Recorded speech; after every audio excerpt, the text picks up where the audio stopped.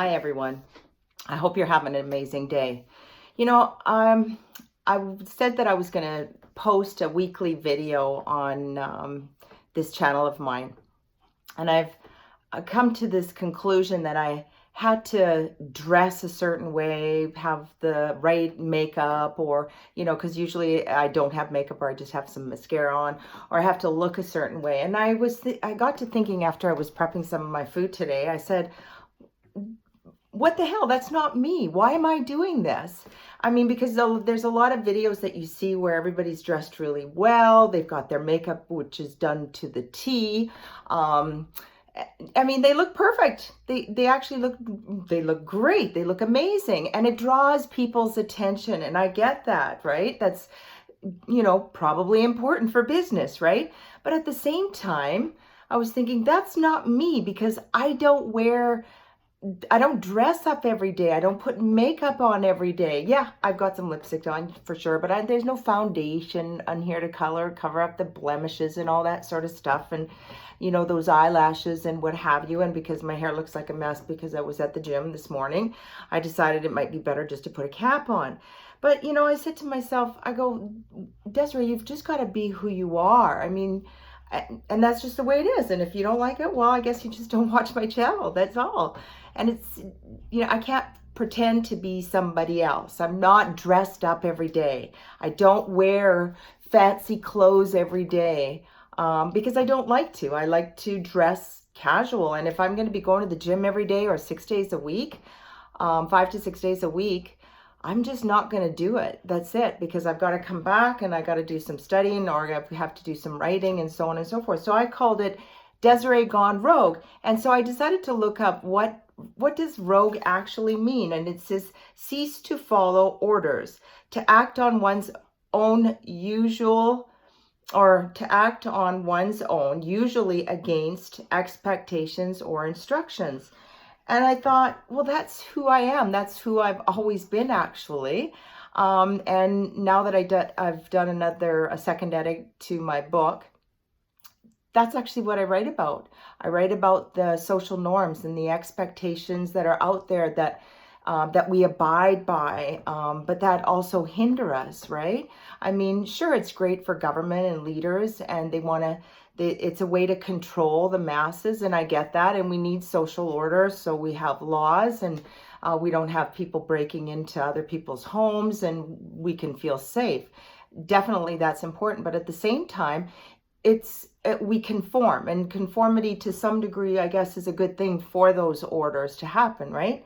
But at the same time, we don't want to change who we are either. We don't want to defy authority and do crazy things that are out there and injure ourselves or other people.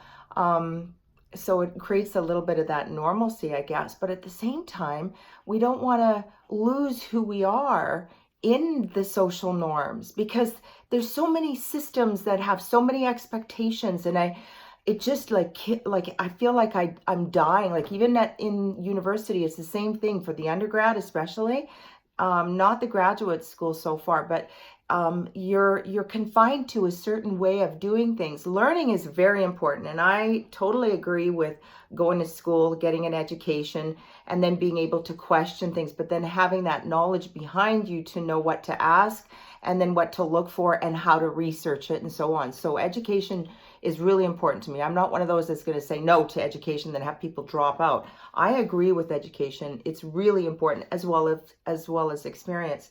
But anyways, I was withholding recording a video because I was thinking that I had to be a certain way and do it a certain way. And I just said, fuck it. I'm not gonna be that. I'm just gonna show up that day in the middle of the week, whatever's happening at that time, and then just present myself as is, because that's life. That's the way things go. We're not all, perfectly covered up with makeup, and we don't look this way all the time. And I surely don't want to spend the time doing it either. That's another thing. I'm not in my 20s or 30s or even 40s anymore. I'm in my 50s and I don't want to spend time doing shit like that I could be doing something else. I could be texting a friend or talking to a friend. I could be writing something that's meaningful. I was actually thinking about another book instead of one that's containing quite a few thousand. I'm maybe thinking about just writing one that's actually really short and just kind of gets to the point, or maybe that's not relating to violence against women and children, but maybe on all the positive aspects, what we can do as women in our 50s, right? And how to keep our heads up high. So anyways, I just got on and I just presented myself, and this is the way I'm going to be doing my videos now. And I think it's going to be cool. I'm going to be more relaxed. I don't know where I'll be in the next place. I've kind of set up my living room a little bit with my gym area. So maybe I'll be there. Maybe I'll be here. I don't usually like to record outside because it's loud and noises really bother me. And my book has a lot to do with PTSD. And when you read it, you'll see, because because there's a lot of people that go through trauma or sexual violence that experience that, and because mine was never healed, I guess, initially, because nobody ever thought about PTSD or having these psychological or neurological or biopsychological, all of them, issues as when something like that happens. So I struggled and I suffered for years and years, and I did my healing on my own because there was nothing out there. And so yeah, so anyways, you'll find out in the book, it's an amazing book that way, and it talks pretty well about PTSD and how I struggled through it, but at the same time how, because I'm such a rebellious person and I'm so determined, always up for a challenge, I guess. I didn't look at it that way, but thank God for the determination or the rebellious attitude. I just kept striving to get better and better and better so I could be a better mom. So anyways, I don't want to get all into that, but anyway, so here I am. This is the way, and this is the way I'm going to present myself. But there was one topic that I was interested in, and I wrote it down. I don't know if I read it somewhere or if something just popped into my mind randomly. And it was, I'm reading the book, or I finished reading the book because it's very, very short. Is it The Power of Awareness? Oh my gosh, I wish I had the book up here now. Anyways, I'll get it next time, or maybe I'll even write it in a little blurb underneath the video. I think it's Neville or something like that. Anyways, I'm working on my mindset to, which I always have been working on my mindset, but I'm really pushing it now to a different level. And what I got out of this book is, think about, maybe it was from that. Anyways, I could ramble too, and you'll figure that one out as well. Think about the doing, not the not doing. This is what came to my mind. Oh, right. It was on the weekend, and I was throwing something in the garbage. So I'm having a really nice time, and I'm creating something in the kitchen, and I'm throwing things in the garbage, and I'm always aiming, but I was thinking about, oh, what if I miss? I kept thinking about the miss rather than the getting it into the basket, right? And I stopped myself and I says, why do you keep thinking about the miss all the time? Why aren't you thinking about the getting it in the basket?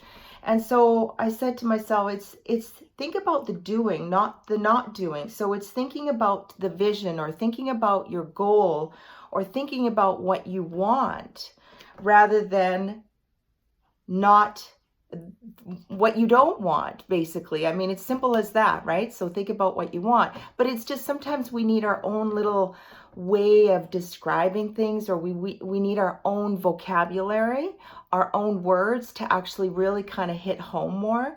And that's another thing that I want to do. It's just that there's this repetitive stuff that goes on, right? You know, like that thing that I just put up on the wall. You could see it right there. Change your thoughts and you change your world, right? You hear that a lot, which is great.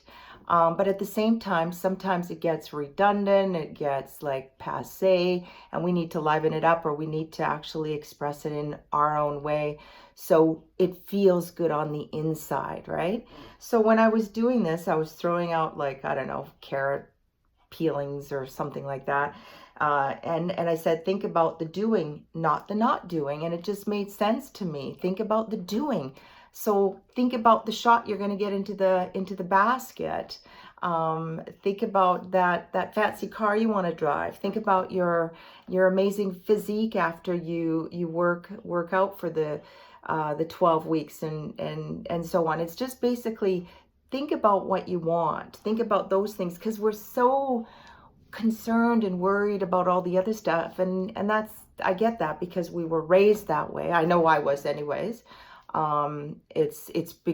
Trying to get out of that. Like, parents do it also because they're worried about their kids, and they don't want them to get hurt or into trouble and so forth, right?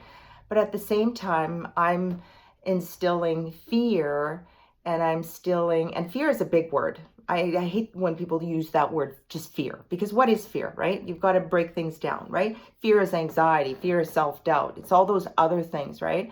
So it's creating that self-doubt. And I know I did that with my kids, and Paul, my middle one, will always say that. It's like, now I don't know, Mom, because it's like, because I throw out so many questions so he could think about all these different things, right? And then, of course, that safety thing is there, right? Because we're moms. And then all of a sudden they get into that self-doubt mode. So anyways, where am I going? I go on a tangent all the time.